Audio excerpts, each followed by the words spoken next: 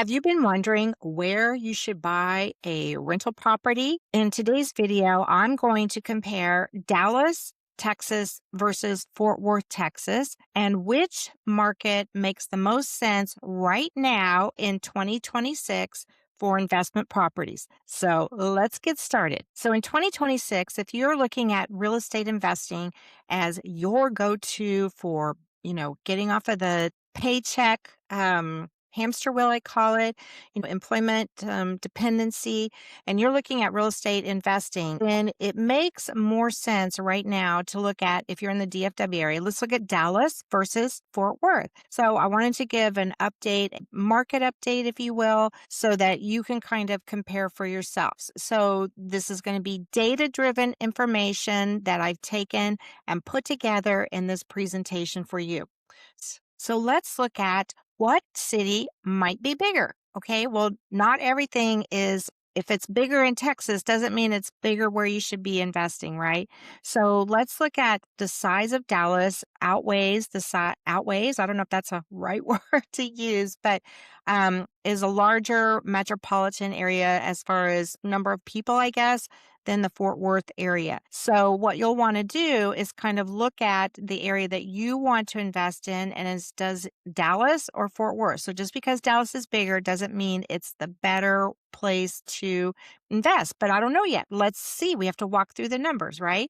So but I can tell you this, the wrong city investing, especially if you're getting started out, can cost you years to recuperate that money. So let's not let that happen. So who am I? Well, my name is Nancy Wallace Laabs, and I'm going to be your guide today, walking you through the numbers. And if this is something that is of interest to you, then I would highly encourage you to book a strategy call with me, and you can reach me at 469-430-9885. So let's break some numbers down with this next slide. So here's the thing. So I guess it kind of boils down to this. Is it Dallas or is it Fort Worth? So let's look at the numbers. So the median price of homes in the Dallas-Fort Worth area ranges right around 415, 410 to 420. In Fort Worth, the median price of homes are $347,000, and that was as of February 2026. So that's like a 82,000 to 72,000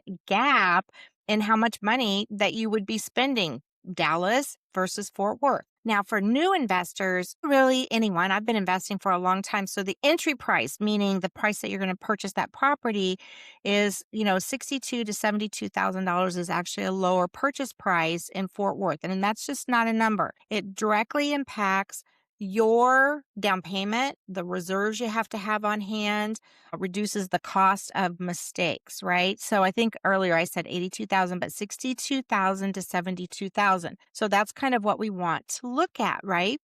Now I'm looking at my notes here as we're going through this. So try to limit those head turns, if you will. Now, why does that matter for beginners? Well, because one of the things that beginners think about is, well, how much money do I need? I don't want to lose all the money that I have, and I want to make a good investment. That $62,000 to $72,000 price range in Fort Worth isn't just a number; it directly impacts all those things, right? The down payment, the reserves you have to have for a lender, and also when you look at that lower purchase price, you look at a lower risk price, right? So all real estate investing can be risky.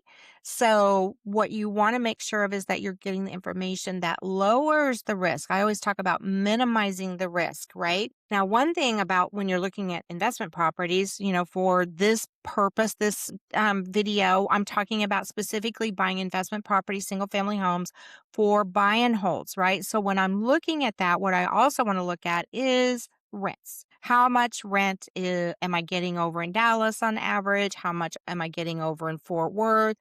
And also I might want to look at Airbnb. But for right now, we're just going to be talking about in Dallas, the median income is for citywide, that's looking at all the suburbs and whatnot, is about $1,650. Same for Fort Worth area. But the Dallas single family rentals in January actually creeped up to about 2,000, almost 2,100. So that's kind of a significant, that's almost, four or $500. So the single family rents, they're meaningful but they come with a higher acquisitions cost. So remember we were saying like in Fort Worth, you can buy properties that are, about 62 to $72,000 less than properties over in the Dallas area. So you can spend more in Dallas and you might get more rent, right? But in Fort Worth, you have kind of this steady, 1650 or whatnot. And some neighborhoods can actually command higher. Remember, these are averages. And so we do want to look at seasonality because if you have a rental property that you're buying in December, it used to be during COVID. Oh my gosh, you could get a rental property and fill it up anytime, because people were just moving, working from home. And now we're kind of back to people move when school's out, when their job ends, when they have breaks and things like that. So you do want to kind of make those considerations as you're looking for purchasing. Personally, I love buying properties around the holidays because people want to get rid of them before the end of the year and you can get some really good deals. In fact, some of the best deals I've ever gotten were properties I bought in, middle of December. So let's talk about that rent to price lesson. Okay, so Fort Worth is pretty stable, with the average of being 1650. And Dallas, because of the higher price properties, basically, you can get into more lucrative rents, depending on the type of neighborhood that you're going into. But rent is roughly the same in both cities. And Dallas only becomes more attractive when you narrow into selective neighborhoods, right? Where the houses may not be as high as different pockets. So one thing about Dallas, it has a lot of different pockets of very high end properties and very low end properties. So, we're doing a very generic Dallas versus Fort Worth. Same with Fort Worth. Fort Worth has, pockets of high end properties and pockets of low end properties. But what we're looking at is just a comparison across the two cities, an average, if you will. So, market conditions and inventory. So, this is really, this data that we're doing, I'm recording this the last day of March. And so this information is for February because we're always a month behind when, all of our sources collect the information. It's always 1 month behind. So kind of keep that in mind.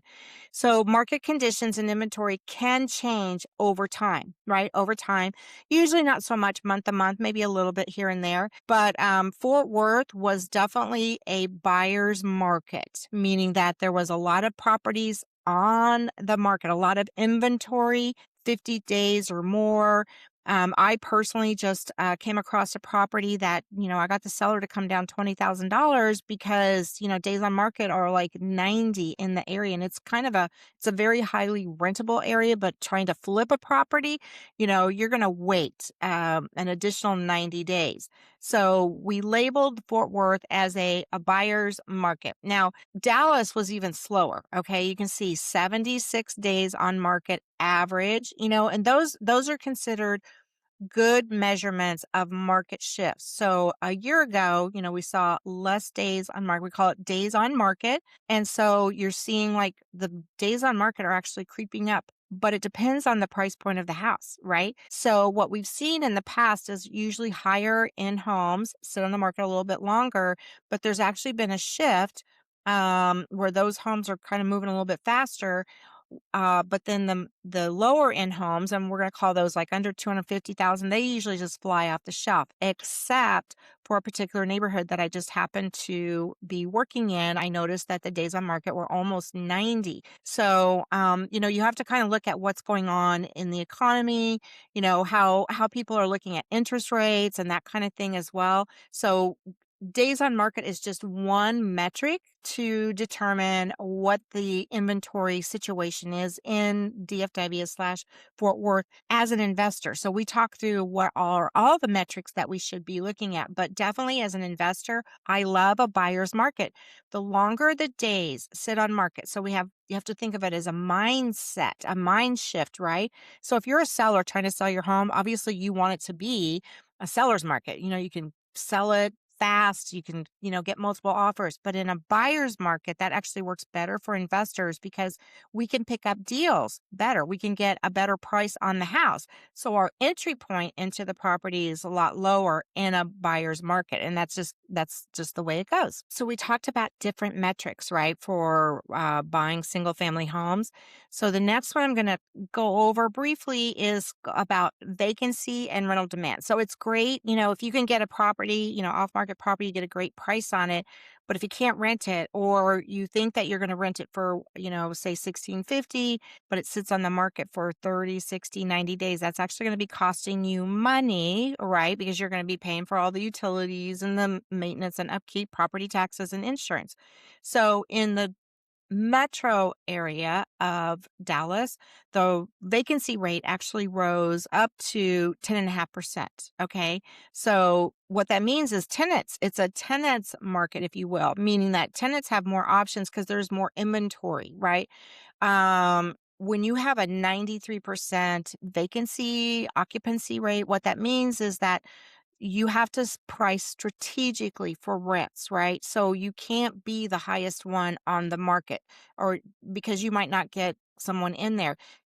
So when you're looking at single family homes, it's very important about the rehab of that property because you never want to over rehab, if that's a word, over rehab a single family rental property, because just because you put in granite countertops or quartz countertops, you spent more money doing that, to maybe get $50 more a month. But if there's three other properties on the market that are very similar in the location, size, and all of that, the tenant is 9 times out of 10 not going to pay an extra $50 to have quartz cabinets or countertops, right?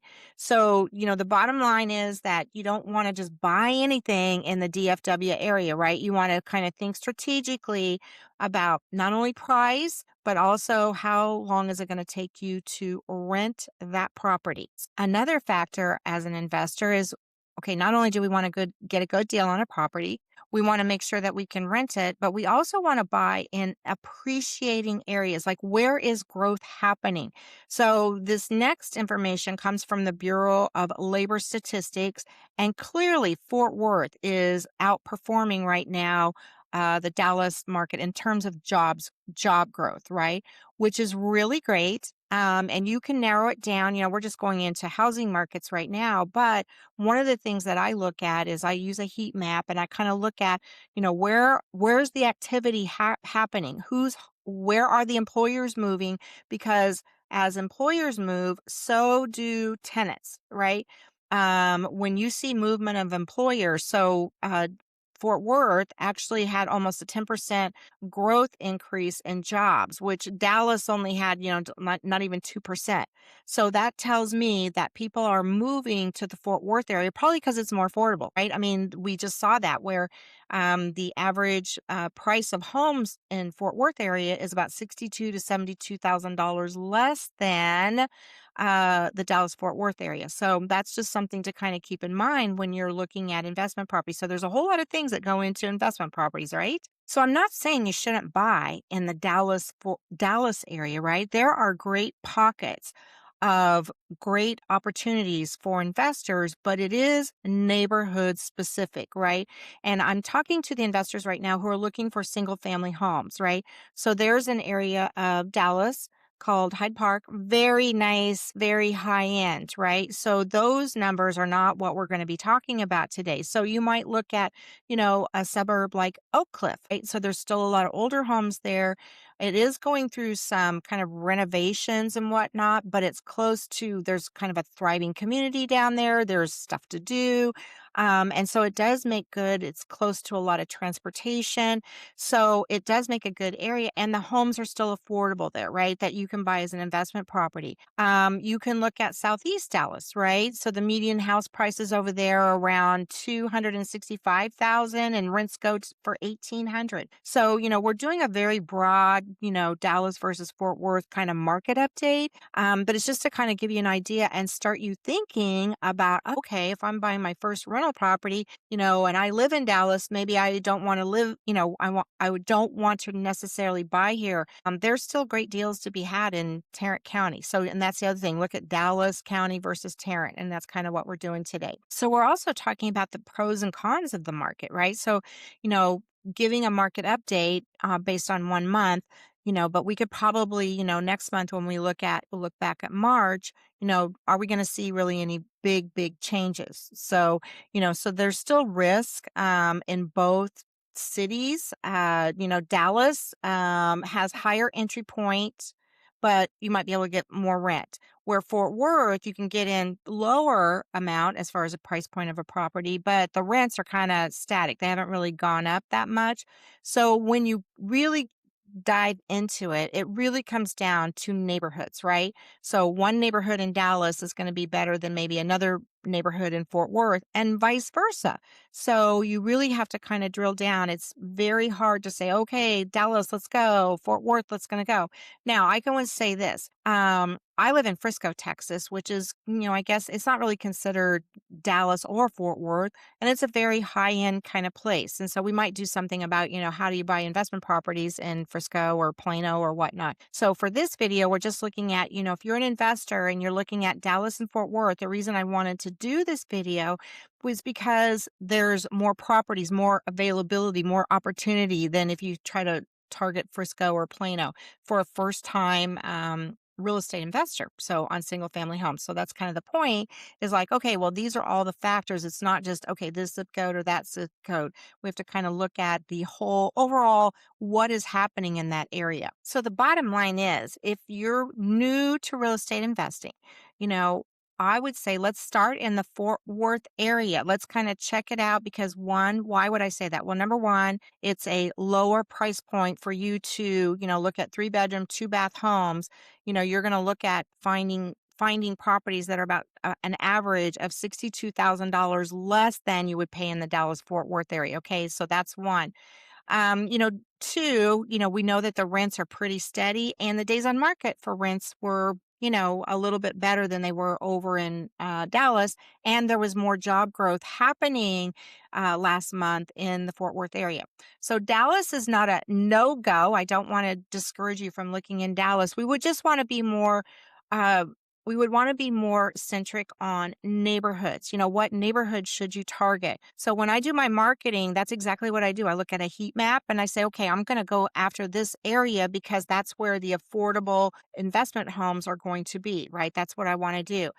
So next month, we'll look at different other suburbs. And the other thing we'll cover is maybe, townhomes versus single family homes versus condos, because I think that's very interesting as well, because they can also be affected and they are um, counted under the single family rehab, even though they're townhomes and condos, like from a realtor standpoint, condos, townhomes are kind of included in those numbers, if you will. So if you are ready to take your first step into real estate investing, or you just want to know more about how to get going, then I encourage you to reach out and schedule what I like to call a strategy call, exploration call, and just so I can kind of help you with your goals and whatnot. So you can reach me at 469-430-9885, or I will have all the ways that you can contact me in the description below. So thanks so much for watching, and I'll see you next month.